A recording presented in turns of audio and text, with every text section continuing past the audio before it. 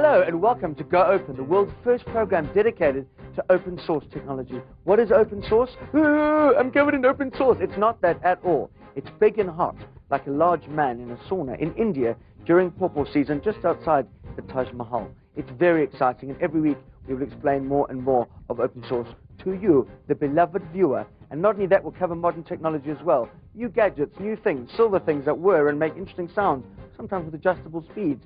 We think it's going to be a hit with the women. And then later in the program, we're offering you a chance to win some fantastic prizes. All sorts of things you can wear, things you can plug in, and lights will flash, and you'll be so impressed. You'll have more friends than you've ever had before. All you have to do is answer a simple question all about the show, and you can be a winner. My name is John Blissmas. We're going to discover a whole lot of things together. So buckle up, let's ride.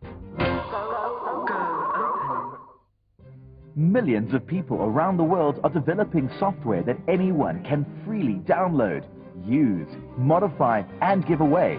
It's a whole new world, and it's challenging the established software companies. Open source is the future of computing.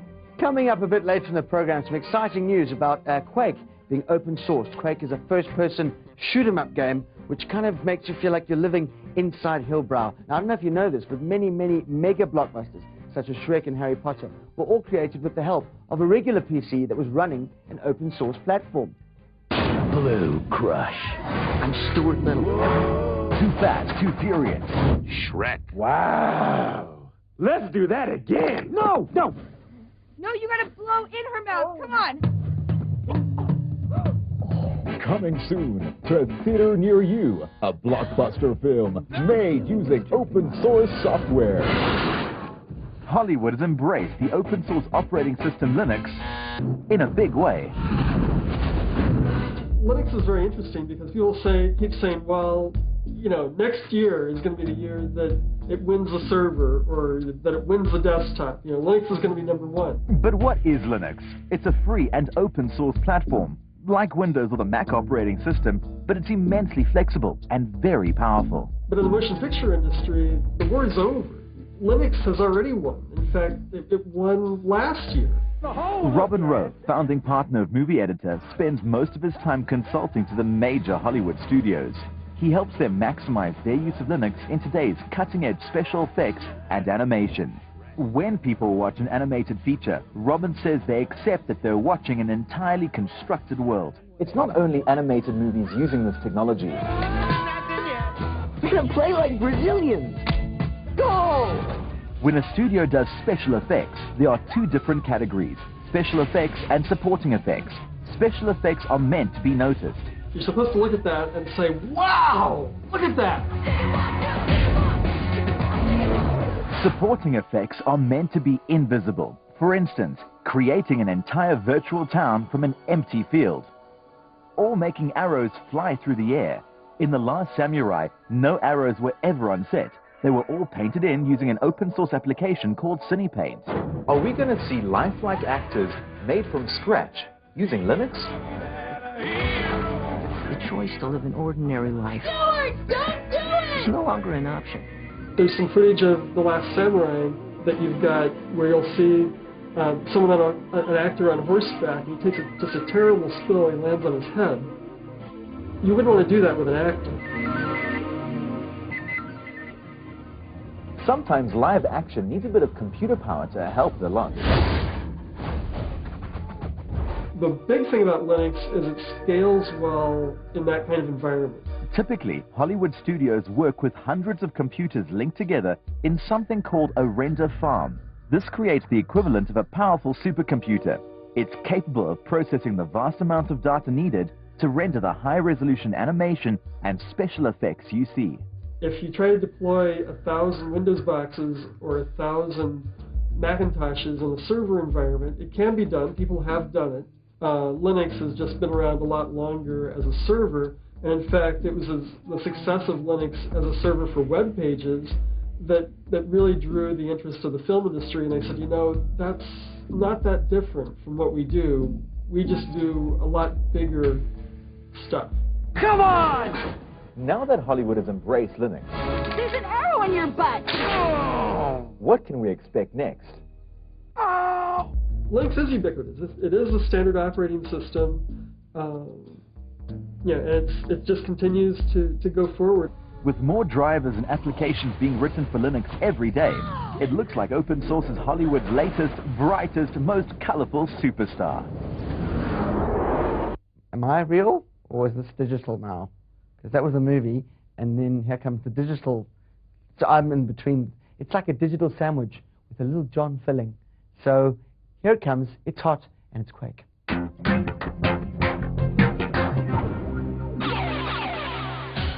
Don't you just love shooting your friends and getting away with it?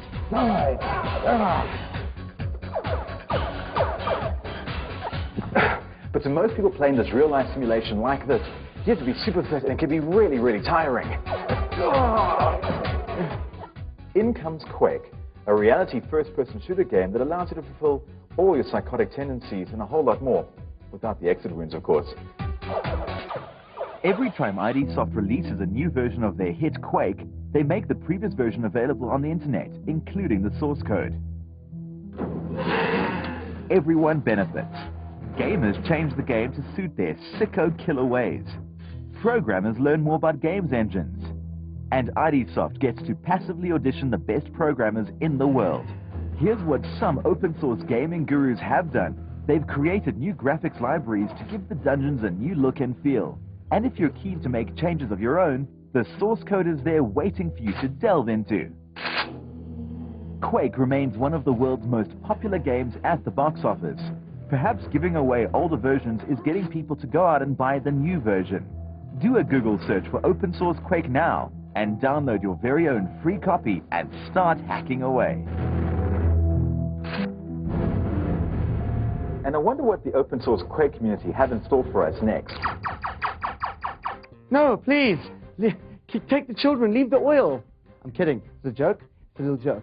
Later on, we meet one of the leading figures in the free software movement. Oh, yes. Big Richard. He's fantastic. He really is he's huge. Very, very big.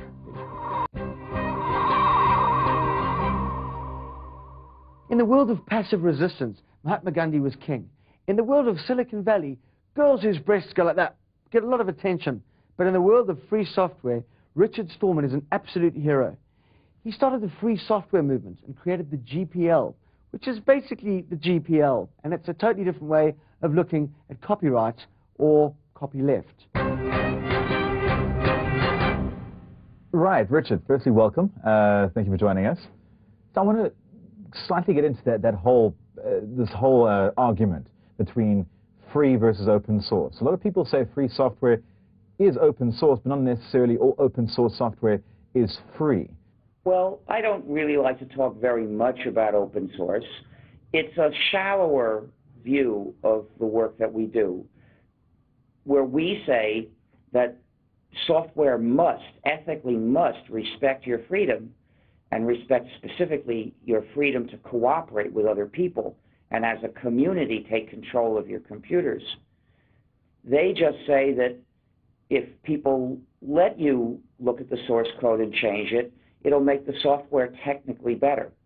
Well, that may be true, but it's less important. Imagine people arguing about whether free elections where everyone's allowed to vote would be better or worse for the economy. They're missing the point.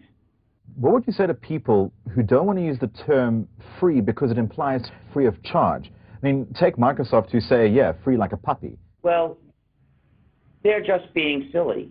You know, people are well aware that free software means free as in free speech, not free as in free beer.